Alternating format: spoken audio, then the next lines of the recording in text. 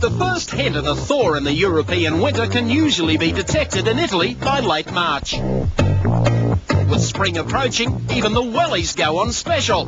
It's time to get out and about, meet up with friends, attempt to beat the traffic snarls, or even pray for outside assistance. The Autodromo di Monza is located 30 kilometres outside Milan.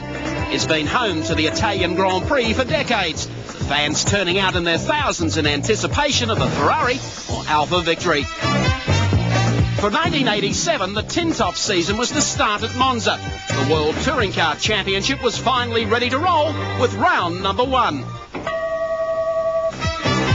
European Touring Car Championship racing has traditionally opened at Monza with the 500k Enduro, virtually the sole property of Tom Walkinshaw and Wyn Percy.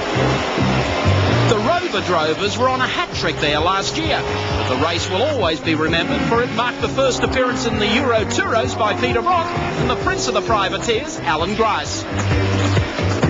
Showing a total lack of respect for Walkinshaw's million-pound team, Grice hammered his way through an assortment of Turbo Sierras and Volvos, not forgetting Uncle Tom's red and white roadshow. The Aussies failed to see out the race, but it laid the foundations for their World Touring Car plans this year.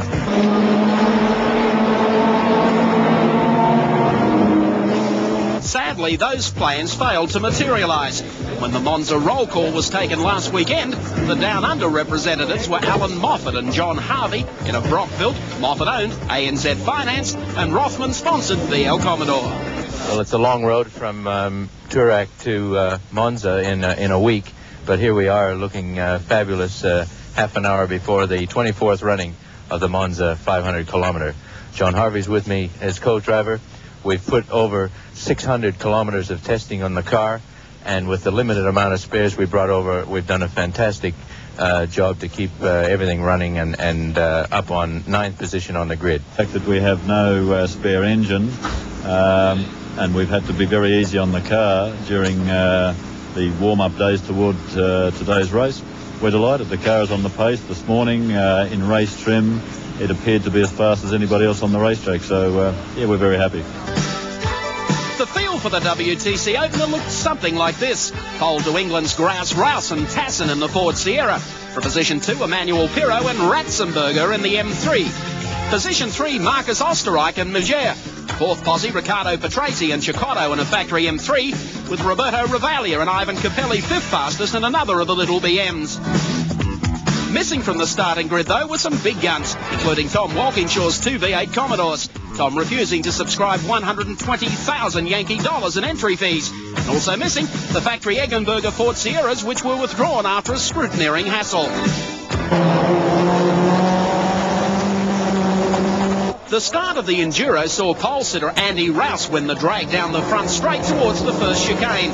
If Andy had hoped to run away from the M3s, though, he was sadly mistaken. Moffat started the race in 9th posse. He gathered in 2 of the Bavarian lightweights in the opening circuit, but seemed content to sit in the Bavarian draft behind Pirro, Osterreich, Patrese and Ravaglia. Alpha's new Turbo 75 was well represented in the 41 car field. Luigi Racing had 3 entered because Colin Bond knows only too well the Italian marque still lacks racing development. Maserati's new bi-turbo also made its Group A debut at Monza. The machine looks the goods and should be a competitive unit with some more Ks under its wheels. Rouse continued to set a solid pace at the head of the pack. The UK-based Sierra had stolen pole by 0.2 of a second, and by lap 14, Andy was moving away. A lap later, the Sierra was parked for the day after an engine exploded. Moffat was staying in touch with the leaders, and the BMW M3s were proving sensationally fast. The Aussie Challenge received its only setback when Moffat coasted into the pits. His Rothman's Commodore bone dry.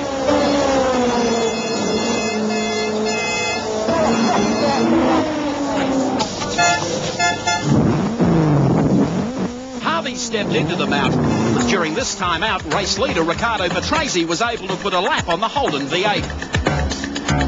The little Bimmers just ran on song from start to finish. Harvey was 7th, but it was obvious the 8 million Deutschmark spent on the BMW's debut had been money well spent.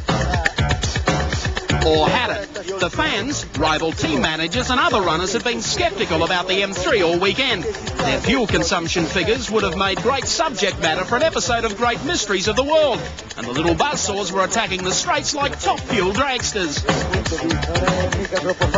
The closing stages of the race saw Chicotto clear of teammates Pirro and Osterreich, with Moffat and Harvey's Commodore still a strong 7th. The real dramas of Monza, though, were to start after the race. Technical officers weighed the first 6 M3 BMs and found they'd been given the Jenny Craig touch, each up to 50 kilograms underweight, and they were disqualified, giving the win to Moffat and Harvey. Round 2 of the series is set for Spain in 3 weeks. And who knows what other dramas might be uncovered. Stay tuned to 7. We'll let you know.